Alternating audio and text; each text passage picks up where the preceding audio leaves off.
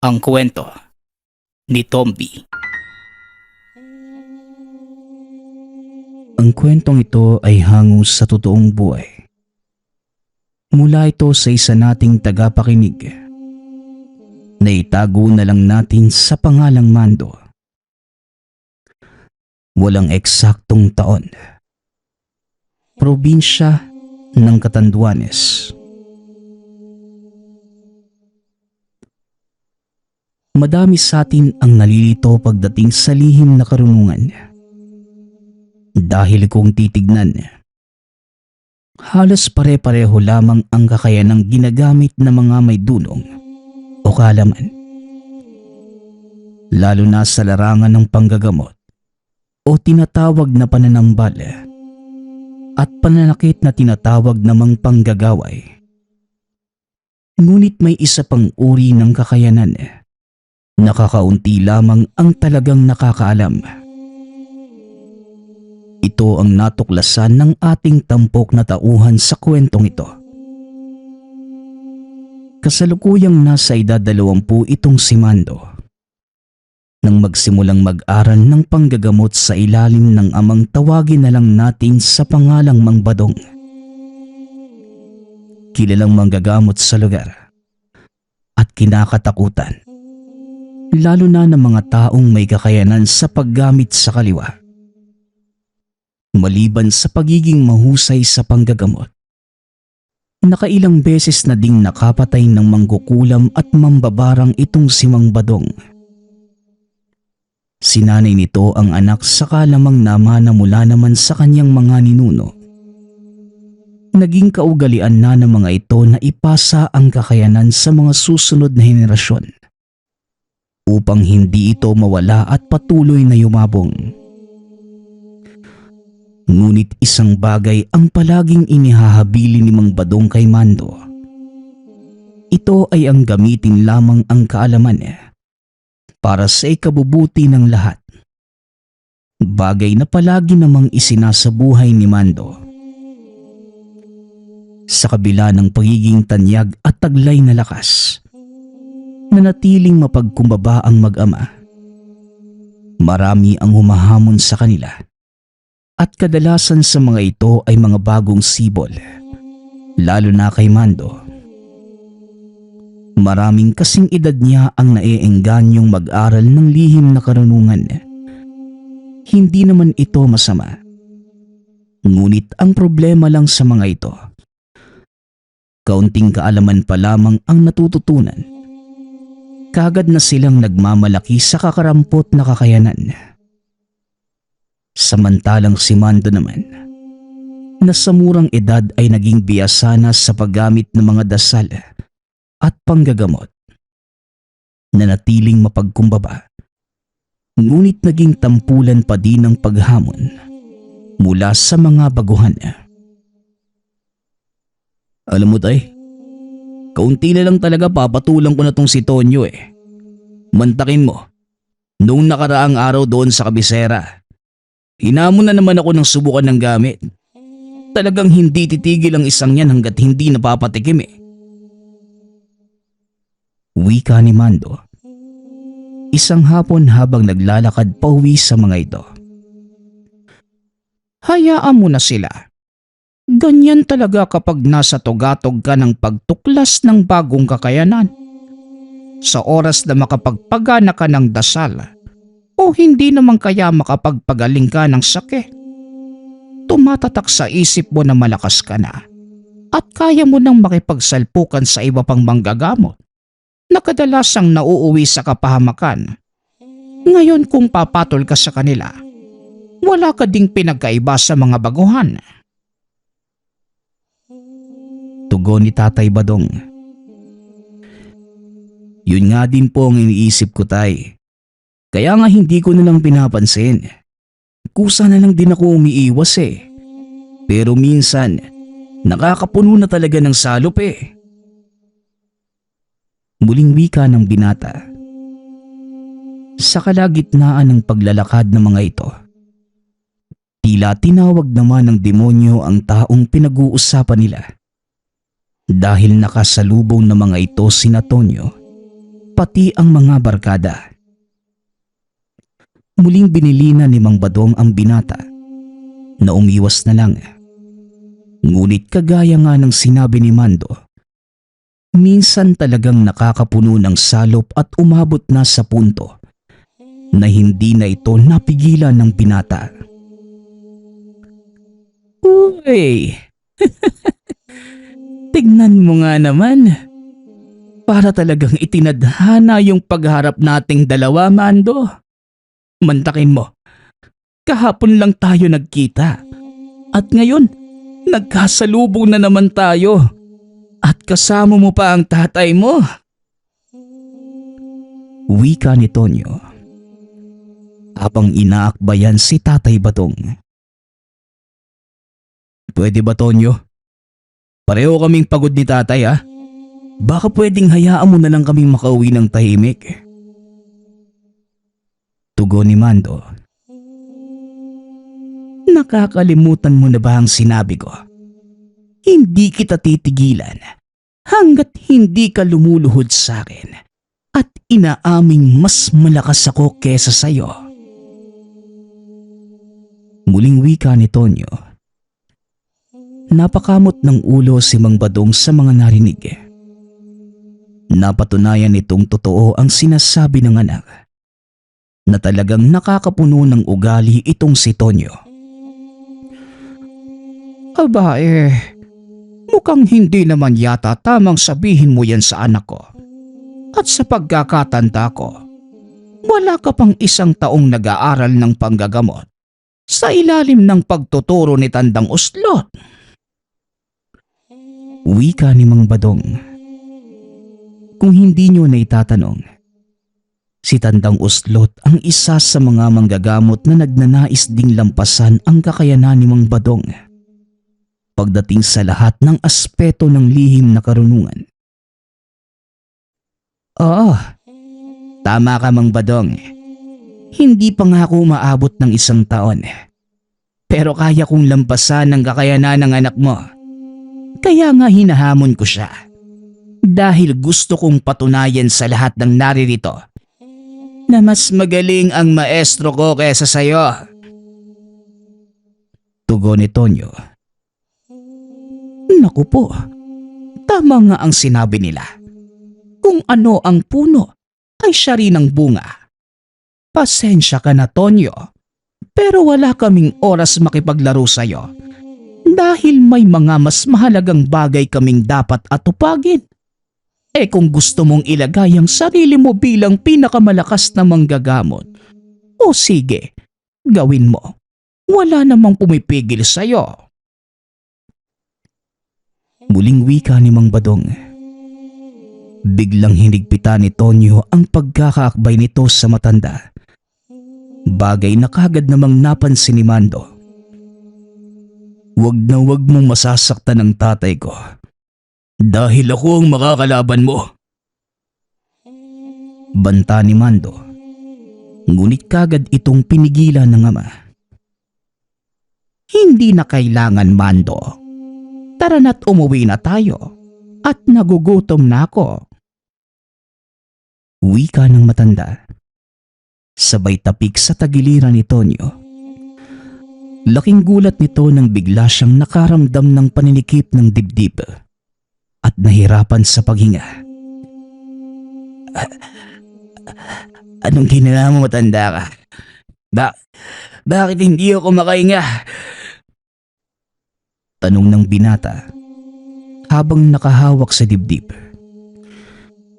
Simpleng tapik pa lamang ang ginawa ko sa'yo, iho. Wala pang kasamang dasal. Kaya sabihin mo sa akin, paano kang mananalo sa anak ko? Kung hindi mo kayang panlabanan ang simpleng akto na ginawa ko. At isa pa, alam mo ba ang tawag doon? Tanong ni Mang Badong. Patuloy pa din sa pamimilipit sa sakit si Tonyo. Samantalang ang mga kabarkada naman ito nagsipagtakbuhan sa takot na baka sila naman ang pagbalingan ng matanda. Umanda kayo. Sa oras na malaman ni Maestro ang ginawa niyo sa akin Wika ni Tonyo. Yan ba ang tipo ng taong hahamak sa kakayanan ng anak ko? Pakinggan mo ang sarili mo. Hindi ba't nakakahiya ang kalagayan mo ngayon? Wala pa akong ginagawa sa iyo, Tonyo. At wag mo nang antayin pang may gawin ako. Dahil mas lalong hindi mo yon magugustuhan. Tugon ni Mang Badong. Sabay hawak sa balikat ni Tonyo. Kagad namang nawala ang nararamdaman nitong sakit. Kagad itong tumayo. Walang pagdadalawang isip na tumakbo palayo sa mag-ama. Bigla namang natawa si Mando sa nangyari, na kagad namang sinaway ng ama. Hindi dapat pagtawanan ang nangyari kay Tonyo, Mando. Isa itong kahihiyan na maaaring mangyari din sa'yo kung hindi mo susundin ang mga sinasabi ko. Tara na, umuwi na tayo at kailangan nating harapin si Tandang Uslot sa bahay. Wika ni Mang Badong. Dali-daling umuwi ang mag-ama. Hindi nga nagkamali ang matanda. Dahil pagpasok pa lamang nito sa bakuran, kagad na siyang sinalubong ni Tandang Uslot, kasama si Tonyo at mga kabarkada nito. Magandang gabi sa inyo, Tandang Uslot. Ano ang may paglilingkod ko? Pagbati ni Mang Badong. Huwag ka nang magmaang-maangan pa, Badong. Anong ginawa mo sa estudyante ko? Tanong ni Mang Uslot. Binigyan ko lang ng kaonting leksyon ang mag-aaral mo.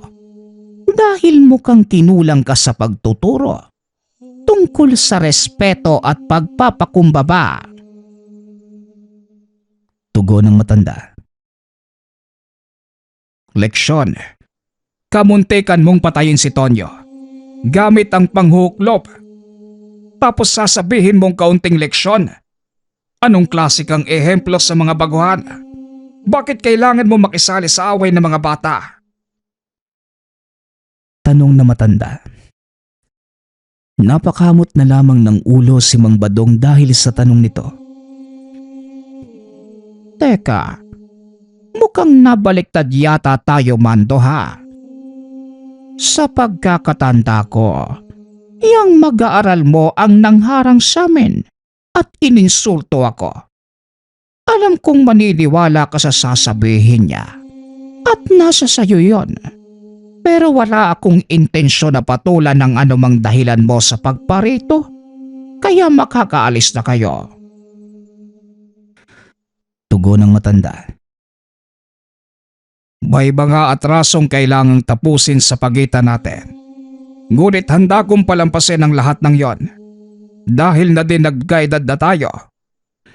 Pero alam mong mananatili ang sigalot sa dalawa nating mag-aaral. Kaya iminumong kahay ko. Hayaan natin silang tapusin ang mga dapat tapusin. Wika ni Tandang Uslot. Sa pagkakataong yun, si Mando na ang nagsalita. Sa pagkakaalam ko, wala po akong atraso dyan kay Tonyo. Siya lang tong namimilit na palagi akong hinahamon para masubukan kung sino ba sa amin mas magaling. Alam ko sa sarili kong wala akong dapat patunayan kanino man. Kaya hindi ko tinatanggap ang kanyang mga hamon. Wika ni Mando. Hindi na nagawang pigilan ni Mang Badong ang binata. Maging si Tandang Uslot. Hinayaan na ding si Tonyo ang sumagot.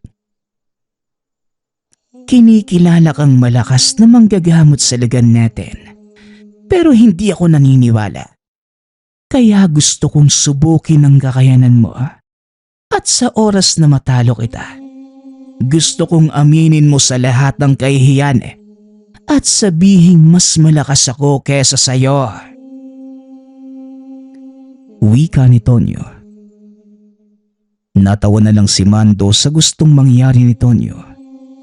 At kahit alam ng binatang kaya niya itong pabagsakin, hindi pa din pinatulan ni Mando ang hamon.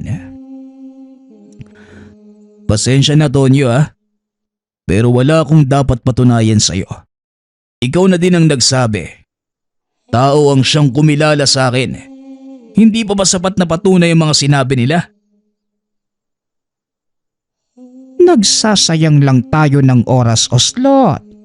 Wala na ba kayong mas mahalagang bagay na gagawin? Ang mabuti pa, magsipag-uwian na tayo. At wala kayong mapapala dito. At narinig mo na rin ang sinabi ng anak ko. Wala siyang dapat patunayan sa iyo, Tonyo. Kaya hanggat maaari, titigil mo na ito. Tugon ni Mang Badong. Ngunit sa halip na tumalima sa gusto ng matanda, patuloy na nagmatigas ang dalawa. Pasensya na, Manong, pero hindi kami aalis sa lugar na ito hanggat hindi tinatanggap ni Mando ang hamon ko. Wika ni Tonyo. Kinausap naman ni Mang Badong ang anak. Hindi titigil ang mga ito hanggat hindi nakakatikim. Siguro nga, mas mabuting patulan mo na lang ang isang to para manahimik na, anak. Wika ni Mang Badong. Pero tay, kapag ginawa ko naman yun, para ko na ding ipinarehas sa kanila ang takbo ng utak ko. Kaya nga ayaw kong pumatol sa mga hamon ni Tonyo dahil napakaisip bata ng ginagawa niya. Tugon ni Mando. Kung hindi mo rin sila papatulan, hindi titigil ang mga ito. Hanggat hindi sila nakakatikim ng pagkatalo mula sa'yo, kailangan mo lang namang patunayan kay Tonyo na talagang wala siya sa kalingkingan mo. Muling wika ng matanda. Napaisip sandali si Mando. Napagtantong tama naman ang sinasabi ng ama. Hindi nga sila titigilan ni Tonyo hanggat hindi nito natitikman ang pagkatalo. Kailangan ko lang naman na patunayan na hindi siya uubra, di ba? Tanong ni Mando. Oo, yun lang ang kailangan mong gawin. Pero huwag ka ding magpakumpiyansa dahil ang intensyon ng binatang yan ay patayin ka. Tugon ni Mang Badong. Ako nang bahala sa kanya, tay. Huwag kang mag-alala. Tatayo lang ako sa pwesto at hindi ko kailangang gumalaw. Basta ang mahalaga, wag na wag mo siyang gagamitan ng malakas na tigalpo at baka hindi niya kayanin ang mga pag-atake mo. Alam ko na po yun, tay. Kaya nga parang ayokong patulan yan eh. Baka pitik pa lang hindi na makatayo. Basta sundin mo lang ang sinabi ko. Patikimin mo, pero wag mong pasobrahan.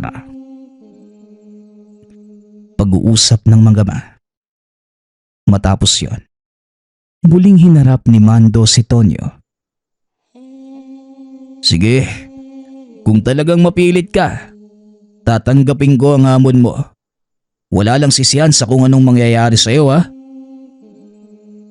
Wika ng binata. Huwag kang mag-alala. Dahil kung meron mang magsisisi dito, hindi ako yun eh. Tugon ni Tonyo. Bibigyan kita ng huling pagkakataon para umatras at itigil ang kahibangang to. Napakayabang mo talaga. At sino ka sa palagay mo para magbigay ng huling pagkakataon? Pasensya na, pero buo na ang loob kong talunin ka. Pag-uusap ng dalawa. Nang gabing yon, isinagawa ng mga ito ang labanan.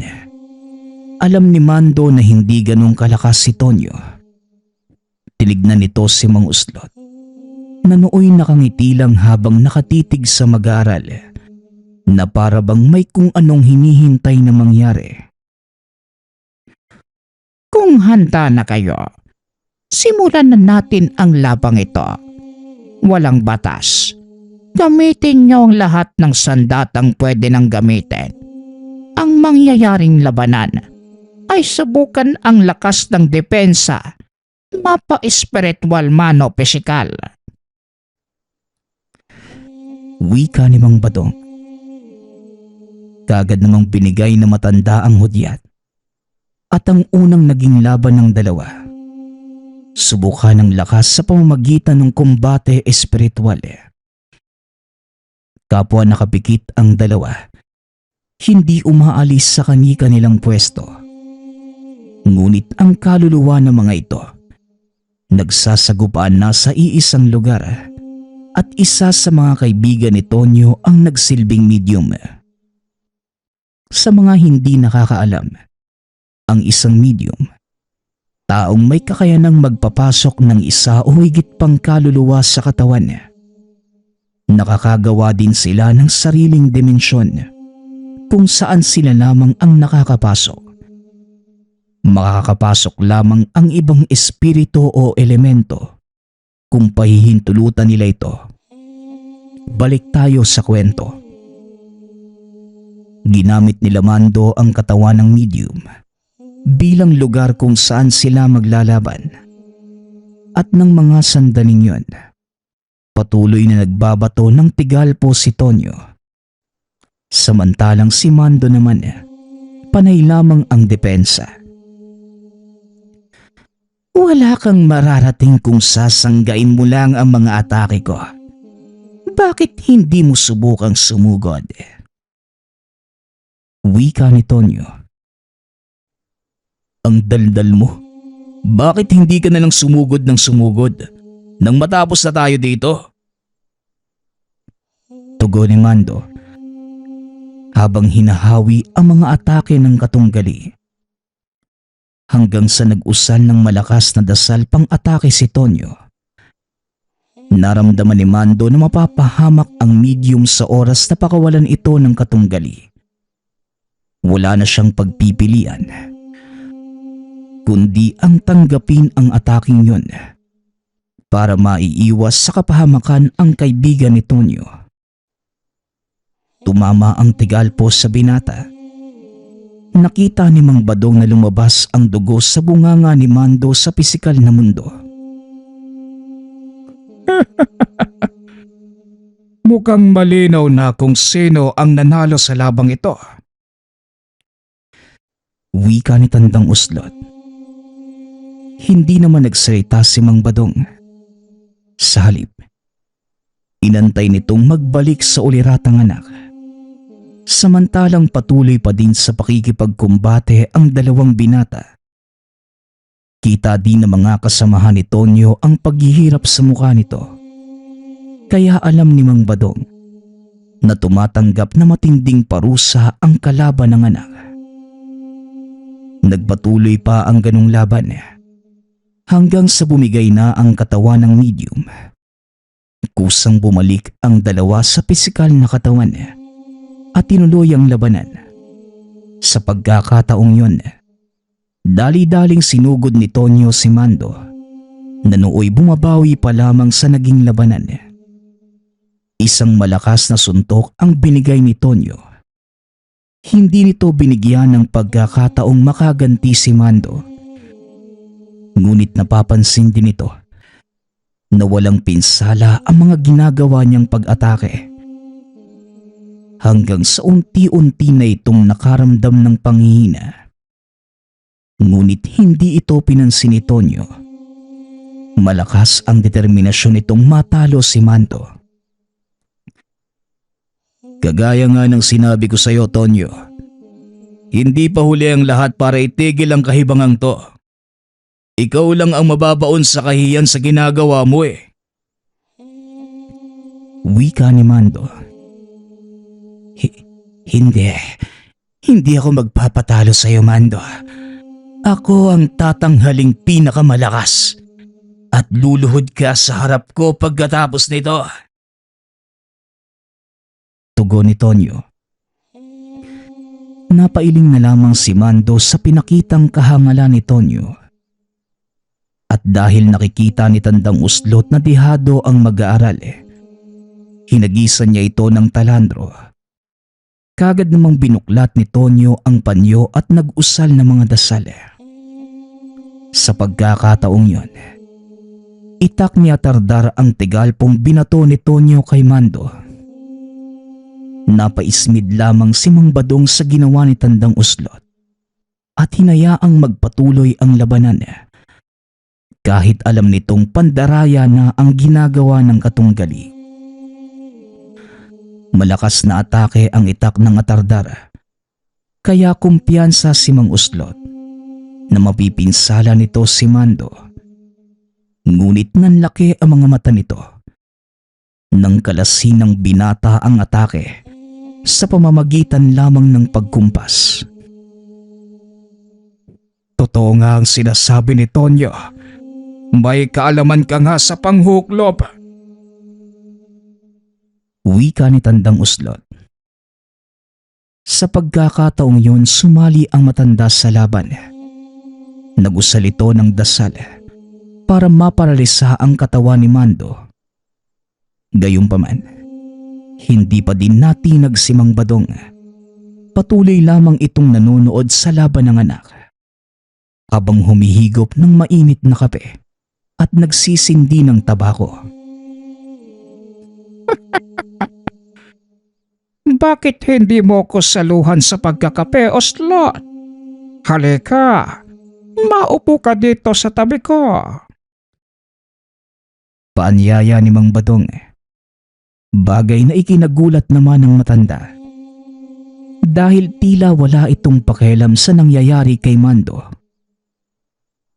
Masyado kang kampante sa kalamang itinuro mo kay Mando. Alam mo ba ang maaaring kahinatnan ng paggamit niya ng kakayanan ng isang hukloban? Tanong ni Tandang Uslot. Malinaw sa akin na maaaring mangyari sa anak ko sa oras na gamitin niya ang kakayanan yan. Pero hindi pa din ako nag-aalala dahil hindi lang basta-bastang kakayanan ng hukloban ang ginagamit ni Mando. Isa itong uri ng bertud na nagmula pa sa aming mga ninuno. Tugon ni Mang Badong. Pinagmasdang mabuti ni Tandang Uslot ang palad ng binata. Nakitang nagliliwanag ang mga guhit nito.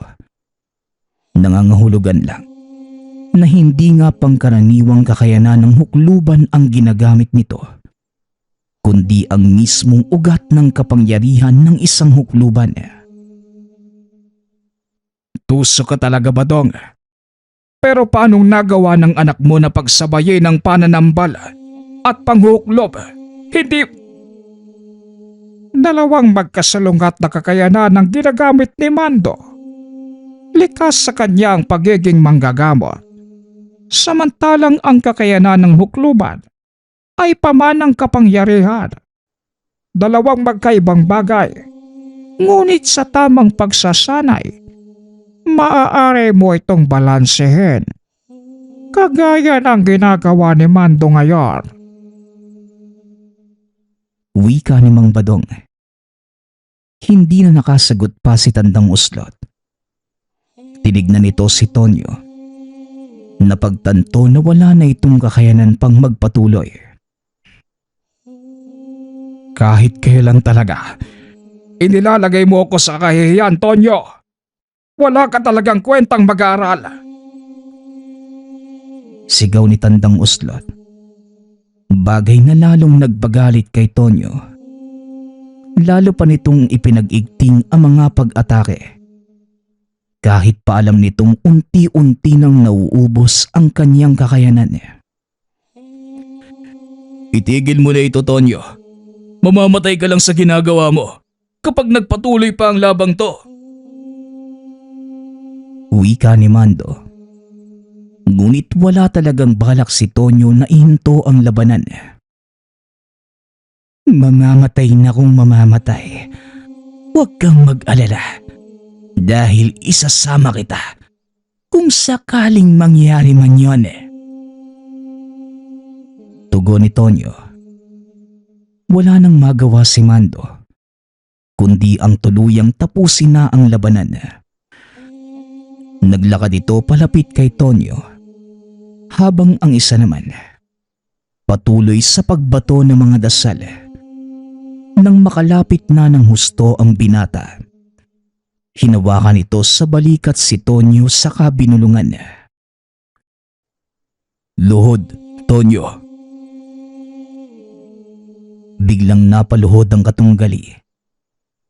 Bagay na ikinagulat naman ni Tandang Uslot at Mang Badong. Biglang lumuhod si Tonyo at natulala ito. Tapos na ang laban, Uslot. Nakikita mo na kung sino ang panalo. Kaya pakiusap, itigil mo na ang walang kapararakang labang ito. Pare-pareho tayong walang mapapala. Wika ni Mang Badong. Hindi na nakapagsalita si Tandang Uslot dahil noon pa lamang nito nakita ang kakayanang ipinamalas ni Mando. Isa itong lumang kakayanan ng mga wikan na kung tawagin ay malediksyon. Bahagi ng panghuklob ang kakayanang ito at isa sa pinakamatinding sandata ng mga hukluban. Talagang ang malakas ang iyong mag-aral, Badong. Aaminin ko, walang panama sa kanya si Tonyo. Natalo kami sa labanang to.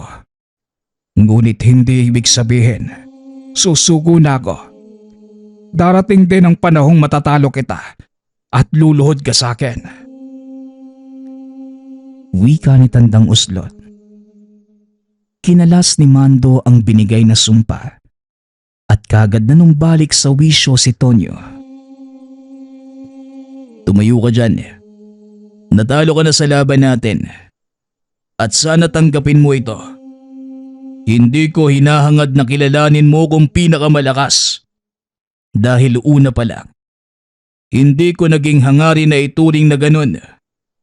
Ang totoong dahilan ko kung bakit nag-aral ako ng lihim na karunungan ay dahil gusto kong makatulong sa mga nangangailangan at hindi ipagyabang ang anumang nalalaman ko. Hindi ka nakakalamang sa iba. Ibinigay sa iyo ang kakayanang to bilang sandata o kagamitan sa totoo mong misyon sa buhay, Tonyo. At yun ay maging kasangkapan ng Diyos para makatulong sa kapwa. Wika ni Mando. Dali-daling tumayo si Tonyo at naglakad palayo. Hindi na ito nagsalita pa at sa isip-isip ni Mando, natutunan na ng katunggali ang isa sa pinakamahalagang aral ng isang manggagamot. At yun ay pagiging mapagkumbaba. Ay, salamat. At natapos din. Siguro hindi na babalik ang mga yon. Wika ni Mang Badong. Sana nga tay. Naawa din ako kay Tonyo dahil maling prinsipyo ang itinuro sa kanya ng guro niya. Malakas si Tonyo kung nagagamit niya ito sa tamang paraan. Pero walang kwenta ang lakas na yon kung paiiralin niya yung pagiging makasarili. Tugon ni Mando. Makalipas ang ilang araw, muling nagkita si Tonyo at Mando. Ngunit sa pagkakataong yon, hindi bilang magkaaway, kundi bilang magkakampi. Pista sa kabilang bayan. Naanyayahan si Mando na dumalo sa isang kasalan. Kaibigan nito ang ikakasal, kaya naman hindi pinalampas ng binata ang pagkakataon. Naroon din si Tonyo na mga sandaling yun dahil kakilala naman ito ang partido ng babae. Kapwa hindi nagpapansinan ang dalawa. Ngunit laganap na sa buong lugar ang nangyaring sagupaan ng mga ito. Hinayaan na lang ni Mando ang mga taong nagbubulungan. Gayon din ang ginawa ni Tonyo. Bagay na ikinagulat ng binata dahil hindi nito ugaling palampasin ang mga masasamang salitang naririnig mula sa ibang tao. Habang kumakain, napansin ni Mando ang dalawang kalalakihang paikot-ikot sa mga lamesa at ilang beses na din itong napadaan sa kanyang mesa. Tinitignan din ni Tonyo ang mga ito at napansing balisa na tila may kung anong binabalak gawin. Naupo ang isa sa katapat na mesa ni Mando. Pasimple namang tinignan ng binata ang lalaki. Hinawakan nito ang basong nakalapag sa mesa. Nakita ng binatang isinausaw nito ang kamay sa laman ng baso. Matapos ay kagad na itong umalis. Binitbit naman ni Mando ang pinggan upang sundan ng lalaki. Saktong papunta ito sa pinaglalagyan ng pagkain. Kaya nagkaroon ng dahilan ang binata para kumprontahin ito. Mabilis na naglakad si Mando. Kunwari ay natisod ito. Dahilan para matapon sa damit ng lalaki ang bitbit na pinggan. Pwede ba? Tumingin ka sa dinadaanan mo. Tignan mo tuloy ang nangyari sa damit ko. Wika ng lalaki. Ay pasensya na po. Hindi ko naman sinasadya Pero nakita ko yung ginawa mo. Kunin mo ang basong nilagyan mo ng lason. Kung ayaw mong samain ka dito ngayon. Banta ni Mando. Nanlaki ang mga mata ng lalaki. Nagalit ito sa sinabi ni Mando. Anong sinasabi mo? Pinagbibintangan mo ba ako? Tanong nito. Medyo napalakas ang boses ng lalaki. Kaya naging sentro sila ng atensyon. Akmang magsasalita pa sana si Mando nang bigla nitong nakita si Tonyo. Huwag ka nang magkaila pa, Oryong. Kilala kita. Kaya sundin mo ang sinasabi ng taong yan. Kung ayaw mong samain kayo ng kaibigan mo. Wika ni Tonyo. Napangiti naman si Mando. Hindi nito akalaing ganon ang gagawin ng dating katunggali. Masyadong matabil ang dila mo, Tonyo. Pwede bang huwag ka nang makialam dito? Wika ni Oryong. Sandali lang. Magkakilala ba kayo nito, Tonyo? Tanong ni Mando. Oo. Manlalason ang taong yan. At paniguradong kumakalam na naman ang palad ng lintik na yan. Hoy Oryong, huwag mong dadalhin niyang kahayupan mo dito. Sasamahin ka sa akin. Napag-utusan lang kami. At ginagawa lang namin ang trabaho namin. Kaya wag na kayo makialam. Mukhang may kakulitan ng isang to, Tonyo Anong balak mong gawin sa kanya? Ako? Bakit? Anong bakit? Ikaw ang nakakita sa kanya Kaya ikaw din ang dapat pumigil sa kanya. Pag-uusap ng dalawa. Kitang-kita ang pamumutla sa mukha ni Oryong. Ngunit bigla itong napangiti nang makitang paparating ang isa pa nitong kasamang si Dante. Hindi nakapaghanda si Mando ng mga sandaling yun. Hindi rin inakala ni Tonyo na magbabato ito ng tigalpos sa kabila ng katotohanan na napakadaming tao sa lugar. Kaunting kaalaman tungkol sa mga manlalason. Ang kakayanang panlalason. Likas sa mga manlalason kagaya ng mga aswang. Sa oras na hindi sila nakapatay sa pamamagitan ng taglay nilang kamandag, patuloy silang makakaramdam ng pagnanais na kumitil ng buhay. Bagay na hindi mapipigilan ni numan. Sinasabing ang mga manlalason may taglay na bertud, kagaya ng mga mambabara. Sila lang din ang makakagamot sa kanilang nilason. Balik tayo sa kwento. Anong problema, Oryong? At sino naman? Tonyo, Ikaw pala. Anong ginagawa mo rito? tanong ni Dante. Teka, kanina pa ako nagtataka. Magkakakilala pala kayong tatlo? Tonyo, ipaliwanag mo nga kung anong ginagawa ng mga yan dito. Wika ni Mando. Kagaya ng sinabi ko, alam kong hindi na dinlingid sa kalaman mo. Mga manlalason na mga to at naghahanap ng mabibiktima para mapatid ang uhaw nila sa panglalason. Pero maniwala ka sa akin, Mando. Kahit papano, mababait yung mga taong to eh. Tugon ni Tonyo. Tama ang sinasabi ni Tonyo. Kaya huwag kang makikialam. Dahil sa oras na hindi namin mapatay ang lintik na aswang na yon, ikaw ang sasamain sa amin. Wika ni Oryong. Nanlaki ang mga mata ni Mando nang marinig ang sinabi ni Oryong.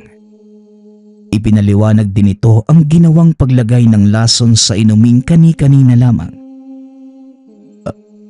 Aswang? May aswang dito? Nako, bakit ngayon mo lang sinabi? Tanong ni Mando habang iniikot ang tingin sa paligid. Masyadong malakas ang boses mo. Ay nako, pwede ba hayaan nyo na lang kaming gawin ang misyon namin? Tugon ni Oryong. Maya-maya lang, magpapakilala na ang sinasabi naming mga aswang. Kaya kung talagang gusto nyong tumulong sa mga tao, ilabas na ninyo sila sa lugar na to habang may oras pa. Wika ni Dante. Alam mong hindi pwede ang sinasabi mo. Isa itong handaan at mabubulahaw ang mga tao kapag sinabi nating may mga aswang sa lugar. Kung ganun, gumawa ka ng paraan para mapalabas natin ang mga aswang nang hindi nabubulahaw ang lahat. Muling wika ni Dante, sabay talikod. May naisip akong paraan, pero may sasagawa ko lang yon. Kung makipagtutulungan ka sa akin, Mando. Wika ni Tonyo. Walang problema, Tonyo. Sabihin mo ang binabalak mo. Tugon ni Mando. Inilahad ni Tonyo ang plano nito at sinang-ayunan naman ito ni Mando. Ginamit ng dalawang binata ang kanilang kakayanan sa Tigalpo at isa-isang pinatamaan ang mga tao doon. Ang dasal na yon ay tatalab lamang sa mga taong may kakayanan sa kaliwa. Halos naubos na nila ang lahat ng bisita. Ngunit hindi pa din nila mahanap ang mga aswang. Maliban na lamang sa pamilya ng babaeng ikakasal. Nakaupo ang mga ito sa iisang mesa habang tahimik na kumakain. Napansin naman ni Mando na iba ang putahing kinakain ng mga ito kung ihahambing sa ibang bisita. Tonyo, napapansin mo din ba yung pangkat ng mga kalalakihang yon? Tanong ni Mando. Sabay turo sa kinaroroonan ng mga kaanak ng babaeng ikinasal. Kanina ko pa sila tinitignan eh. Pati yung kinakain nila. Diyan ka na. Maghanda ka. Dahil may gagawin ako. At siguradong mabubulahaw ang mga yan kung tama ang hinala ko. Tugon ni Tonyo. Dumampot ito ng 5 pirasong kalamansi. Isa-isang hiniwa at lumapit sa kinaroroonan ng mga kalalakihan. Nakiupo ito sa lamesa at kunwari ay inaalok ng inumin ang mga ito. Nagkatingin na naman ang mga kalalakihan.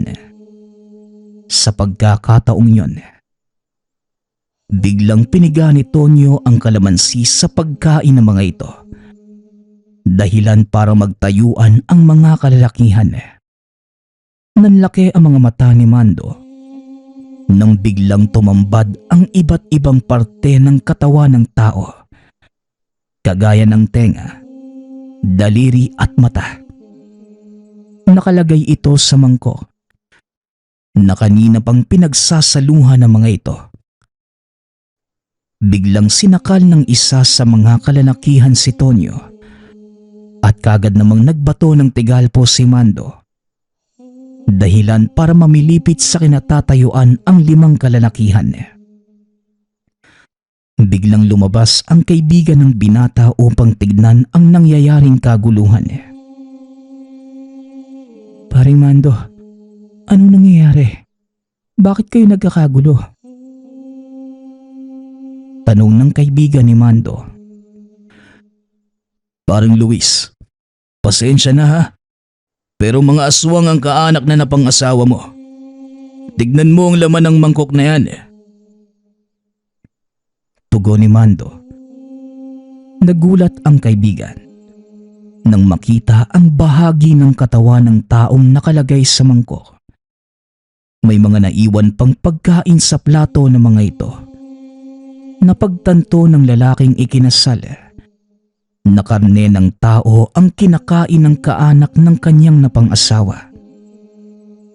Nagawa namang kumalas ng mga aswang sa ginawang tigalpo ng binata at kagad nagsipulasan palabas ng bakuran. Walang hiya naman, Mando. Bakit mo sila pinakawalan? Tanong ni Tonyo. Sinadya ko yun para walang ibang madamay. Tara na, kailangan natin silang habulin. Tugon ni Mando. Dali-daling tumakbo ang dalawa para sundan ng mga aswang. Naabutan nila ang mga ito sa gitna ng bagong aning palayan. Bigla silang sinalubong ng mga aswang at hindi naman nag-atubili ang 2 binatang sagupain ang mga ito. 2 laban sa 5 ang naging labanan. Aswang kontra manggagamot. Ngunit wala pa ding naging panama ang mga ito sa labang yun. Bawat mahuli ni Tonyo, kagad niyang pinapatay gamit ang daladala nitong punyal. Samantalang si Mando naman, ginagawa ang lahat para mahuli ng buhay ang mga aswang.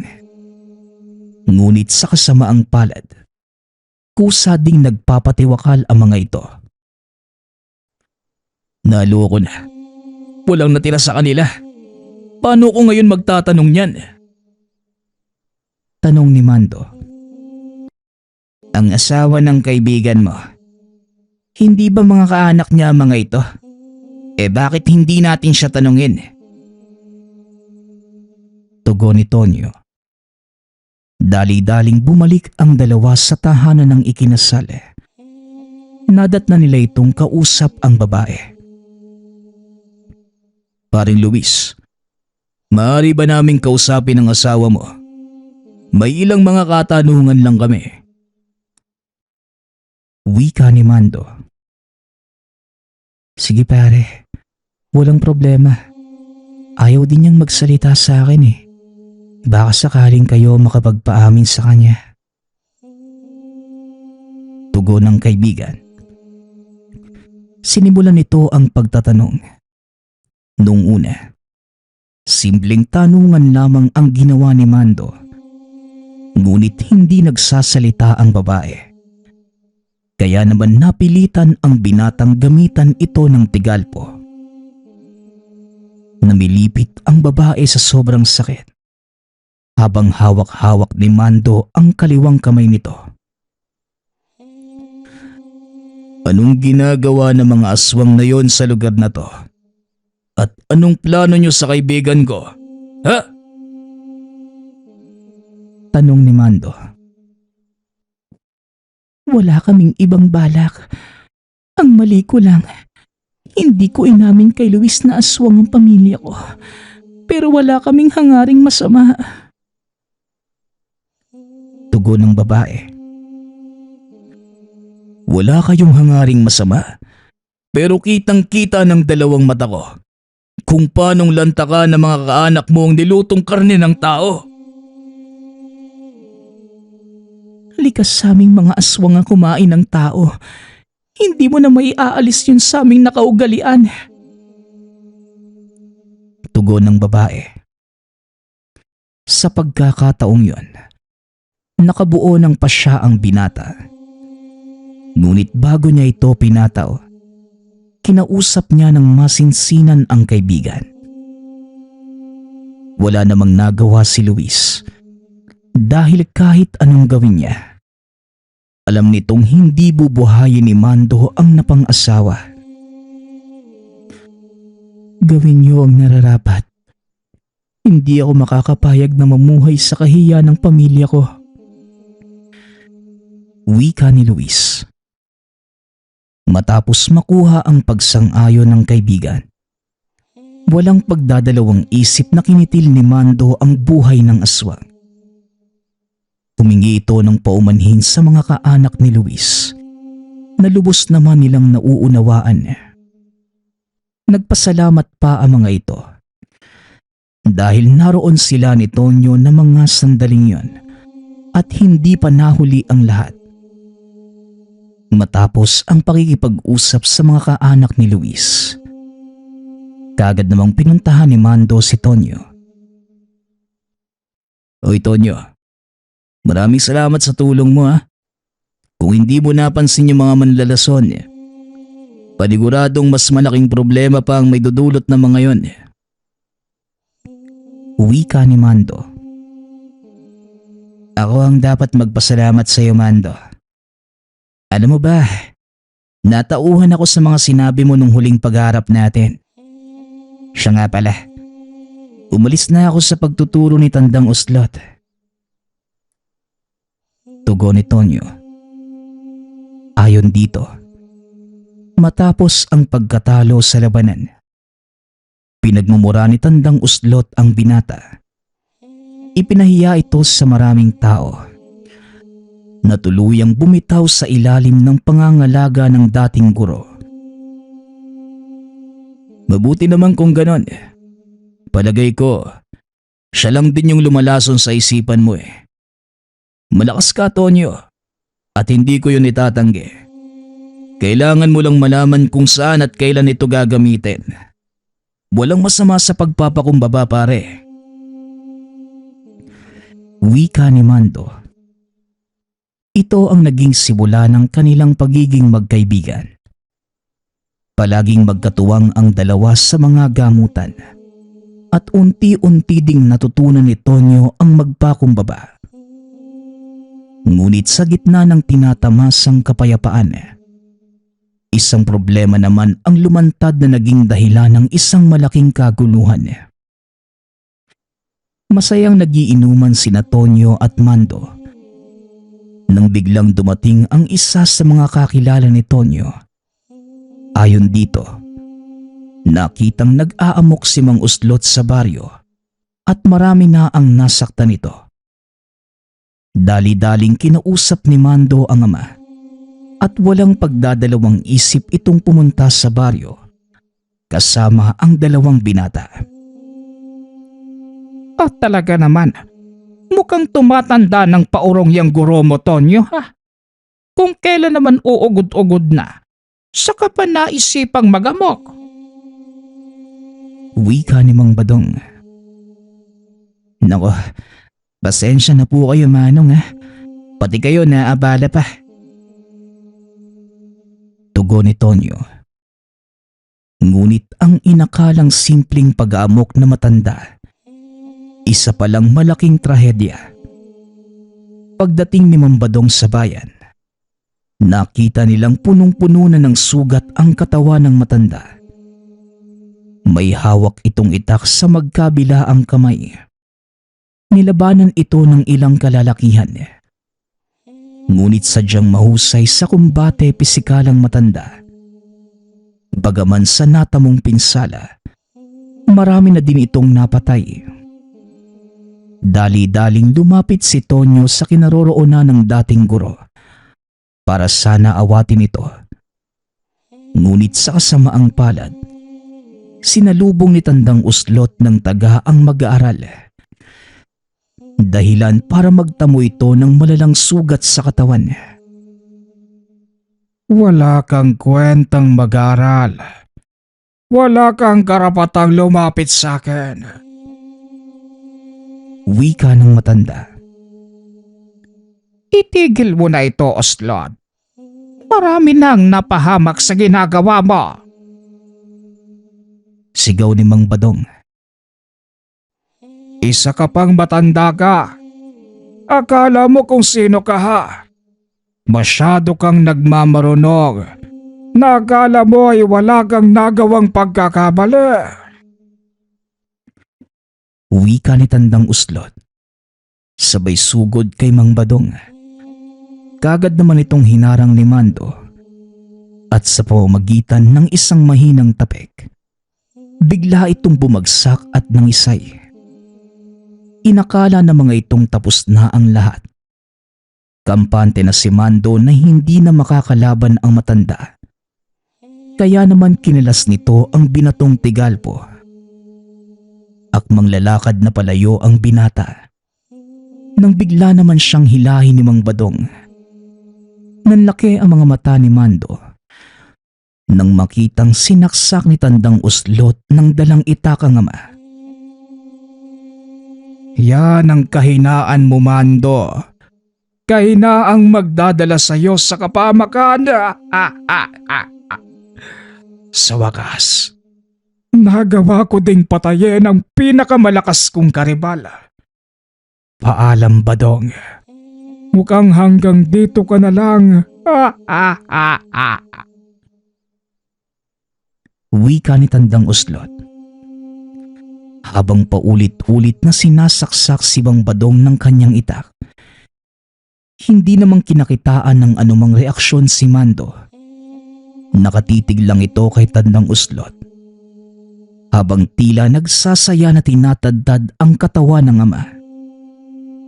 Ramdam ni Tonyo ang napakalakas na enerhiyang biglang bumalot sa katawan ng kaibigan.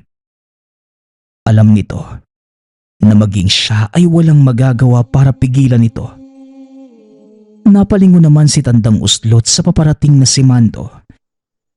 Na nooy nakatapat na ang mga kamay sa kanya. Hindi kita mapapatawad sa ginawa mo sa tatay ko. Matagal na akong nagtitimpi sa iyong matanda ka. At ngayon, lalo mo lang akong binigyan ng dahilan para patayin ka. Wika ng binata. Sabay kumpas ng kamay nito. Dahilan para tumalsik ng malayo si Tandang Uslot. Marahan itong tumayo. Muling tumingin kay Mando. Hindi nito lubos akalaing mararanasan niya ang lupit na dulot ng aral ng panghuhuklob. Muling itinaas ng binata ang kamay. Itinapat kay Tandang Uslot. Hindi na alintana ni Mando ang kalagayan ng matanda. Dahil sa isip-isip nito, kailangan niyang bigyan ng katarungan ang kamatayan ng ama. Habang nakatutok ang kamay ni Mando sa matanda, unti-unting nanumbalik ang lahat ng panghahamak, paninirang puri, maging ang pisikal na ataking ginawa nito kay Mang Badong, na noon ay pinapalampas lang na matanda. Dahil na din ayaw niya itong patulan. Ngunit ngayong buhay na ni Mang Badong ang naging kapalit. Walang pagdadalawang isip nitong pinatawan ng kaparusahan ng matanda.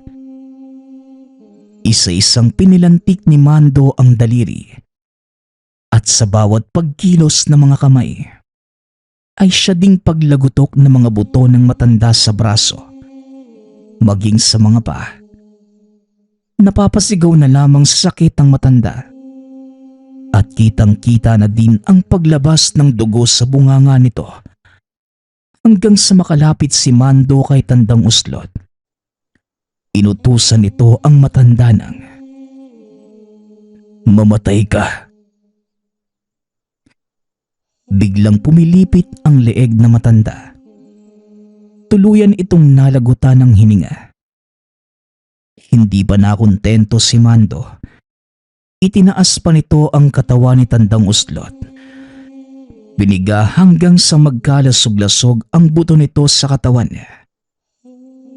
Napalunok ng laway si Tonyo at nagpapasalamat dahil naging kaibigan nito si Mando. Matapos ang kaganapang yon, inayos ni Mando ang libingan ng ama. At dahil wala na itong ibang aasahan itinuloy ng binata ang nasimula ng ama. Patuloy na nanggagamot si Mando at sa pagkakataong yon, katuwang nito si Tonyo na nooy unti-unti na ding nakikilala sa larangan ng panggagamot. Malaking bagay ang nangyari sa kanilang dalawa ni Mando sapagkat ito ang naging dahilan ng tuluyan niyang pagbabago. Dito din lubusang naunawaan ni Tonyo ang aral na taglay ni Mando. Napatunayan nitong mali ang mga natutunan sa dating maestro. Hindi masama ang kakayanang taglay ng aral ng panghuklob. Nasa tao ito kung paano niyang gagamitin ang anumang kaalamang natutunan. Mapalihim na karunungan man ito o simpleng aral na natutunan sa buhay.